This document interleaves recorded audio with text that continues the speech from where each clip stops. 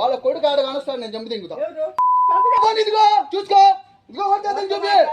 ఇప్పుడు వాళ్ళ కొడుకు కూడా తిరుగుతూ ఉంటాడు కదా.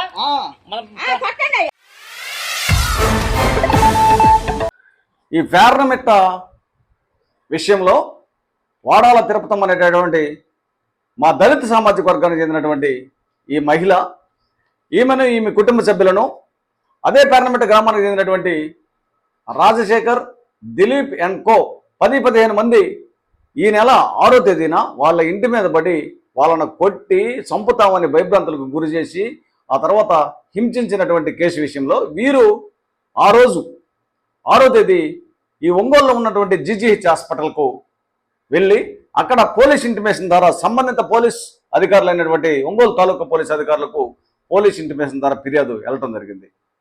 ఈ వీడియోలు దీంట్లో చాలా నేను మాట్లాడటం కూడా జరిగింది మీడియా సమావేశంలో. అయితే 6వ తేదీ తాలూకా పోలీసులకు ఫిర్యాదు వెళ్తే ఎవరు వీళ్ళని పిలవలా, ఎవరు వచ్చి విచారణ జరపలా, పట్టించుకోవాలా.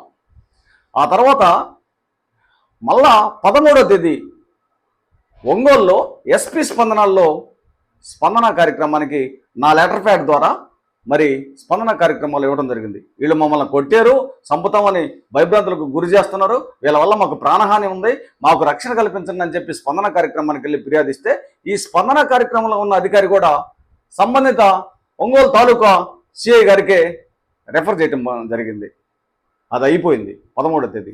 ఆ తర్వాత 15వ తేదీ వీళ్ళు గుడి నుంచి బయటికి వెళ్తున్నటువంటి సమయంలో ఆటోలో అదే దిలీపు, రాజశేఖరు మరికొంతమంది 2 మోటార్ బైకులపై 5-6 వీళ్ళని వెంబడించి కొట్టడానికి వెంబడించి వీళ్ళని గందరగోళం చేయడం జరిగింది.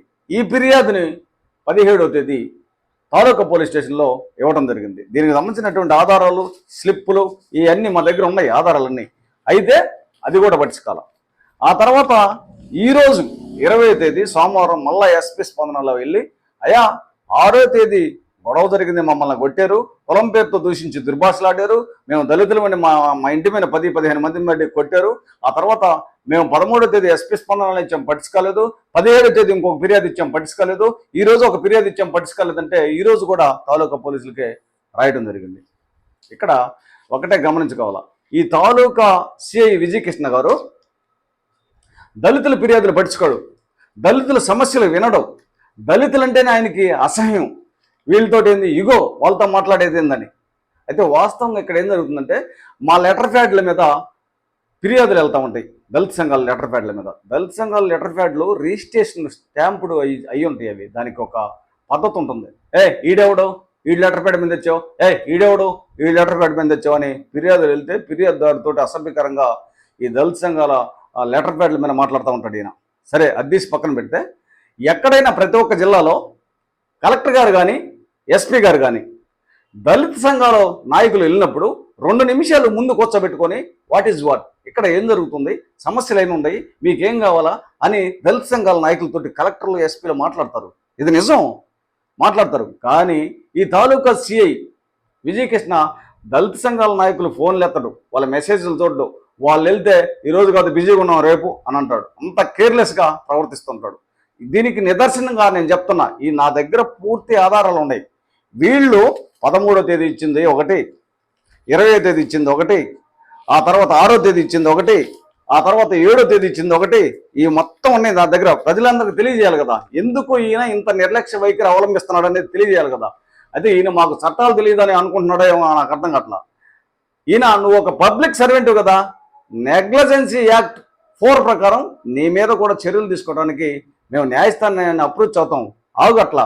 అయితే మొన్న పోయిన నెలలో ఒక దళితురాలు ఇక్కడ ఒంగోలులో బిలాల్ నగర్కి చెందినటువంటి దళితురాలు, ఆమె భర్త, ఆమెకు 9వ తరగతి చదువుతున్నటువంటి 14 సంవత్సరాల పాప నా దగ్గరకు వస్తే నా ఆరోగ్యం బాగలేకపోతే వెళ్ళి సిఐ గారిని కలిస్తే మాకు న్యాయం చేయలేదని చెప్పి ఆమె ఆవేదనతో స్టేషన్ ముందు కూర్చుంది. కాసేపు కూర్చుంటే భార్యాభర్తలు ఇద్దరి మీద, ఆమె పాప 9వ తరగతి చదువుతున్న 14 సంవత్సరాల పాప మీద, ముగ్గురి మీద కేసు కట్టాడు. చూడండి ఎంత అన్యాయంగా ఉందో. అంటే వీళ్ళ మీద కేసు కట్టేసేయండి. మాలామదుగోళ్ళు అంటే ఇతనికి అసలు పడదు కదా, మాలామదుగోళ్ళు అంటే వీళ్ళు అంటరాని వాళ్ళు, వీళ్ళు తక్కువ కులం వాళ్ళు, వెళ్తా మాట్లాడడం, అసలు అసహించుకుంటాడు. ఆ తర్వాత ఇంకొక ఆమె వెంకటేశ్వర కాలనీకి చెందినటువంటి ఆమె 4 నెలల నుంచి సిఐ గారిని కలవడానికి పీజీఆర్ఎస్ స్పందన అర్జీలు మేము తిరుగుతూ ఉంటే ఆ పీజీఏ తాలూకా పోలీస్ స్టేషన్లో ఈ స్పందన అర్జీలను చూసేటటువంటి ఒక ఆయన అంటే హెడ్ కానిస్టేబుల్ స్థాయి లేదా ఏఎస్ఐ స్థాయి అధికారి ఉంటాడు. ఈయన ఇవి చూసి వాళ్ళని పిలిపించి ఇరు వర్గాలని సిఐ గారి దగ్గర కూర్చోబెట్టడం ఇవన్నీ పక్కన పెట్టేస్తుంటాడు. పోయిన స్పందన అర్జీలు మొత్తం పక్కన పెట్టేస్తుంటాడు. 2-3 నెలల నుంచి తిరిగి తిరిగి తిరిగి తిరిగి కలవనీయుడు కదా సిఐ గారు, కలవనీయుడు మాలామాదిగల్ని. వెళ్ళిపోయిందామా, ఆమె వచ్చి నాకు చెప్పుకుంది. ఆ తర్వాత నిన్న ఒక ఆయన మా పక్కింటి ఆయన నన్ను తిడుతున్నాడంటే అది విచారించకుండా అన్యాయంగా కేసు కట్టేసేసాడు. అది కూడా మా మాలలదే. ఆ తర్వాత నిన్న మా దళిత పిల్లలు 4 మాలామాదిగ పిల్లలు ఒక వైన్ షాప్ దగ్గర తాగి కొంచెం గొడవ చేసుకోవడం జరిగింది వాళ్ళే. అది నా దృష్టికి వస్తే నేను తాలూకా సిఐ గారికి ఫోన్ చేసి వాళ్ళు ముక్కుపచ్చలారని పిల్లలు తప్పు అయిపోయింది, ఫస్ట్ మొదటి తప్పుగా దాన్ని భావించి వాళ్ళని తలారం దెబ్బలేసి పంపి కేసు కట్టకన్నా అలాగే అని వీళ్ళు వెళ్ళిన తర్వాత అందరినీ చితకబాదటం, అందరి మీద కేసు కట్టడం, ఇది ఈ తాలూకా సిఐ ఈ ఎక్కడ ఒంగోలులో చేస్తున్నటువంటి పని. మనకి అలాగే అంటాడు, ఆయన చేసేది ఆయన చేస్తాడు. ఇక్కడ ఈయనకు మాలామాదిగలంటే పడదు. వీళ్ళు వివక్షత, అంటరానోళ్ళు, వీళ్ళతో మాట్లాడడు, వాళ్ళతో విచారించడు, వాళ్ళ అర్జీలు తీసుకోడు, పరిష్కరించడు. ఎందుకు ఈ విధంగా జరుగుతుందో మాకు దీని మీద జిల్లా ప్రజలందరికీ తెలియజేస్తా, కలెక్టర్ గారికి చెప్తా, ఎస్పీ గారికి చెప్తా, ఆ తర్వాత ఎమ్మెల్యే గారికి తీసుకెళ్ళి అన్ని చెప్తా. ఇక్కడ ప్రజలే దీని మీద తీర్పిస్తారు.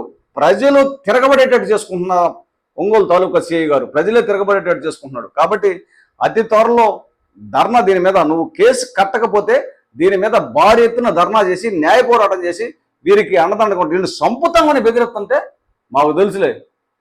ఇంత నిర్లక్ష్య వైఖరి అవలంబిస్తున్నటువంటి తాలూకా సిఐ తీరు ప్రజలందరూ తెలుసుకోవాలని తెలియజేస్తుంది.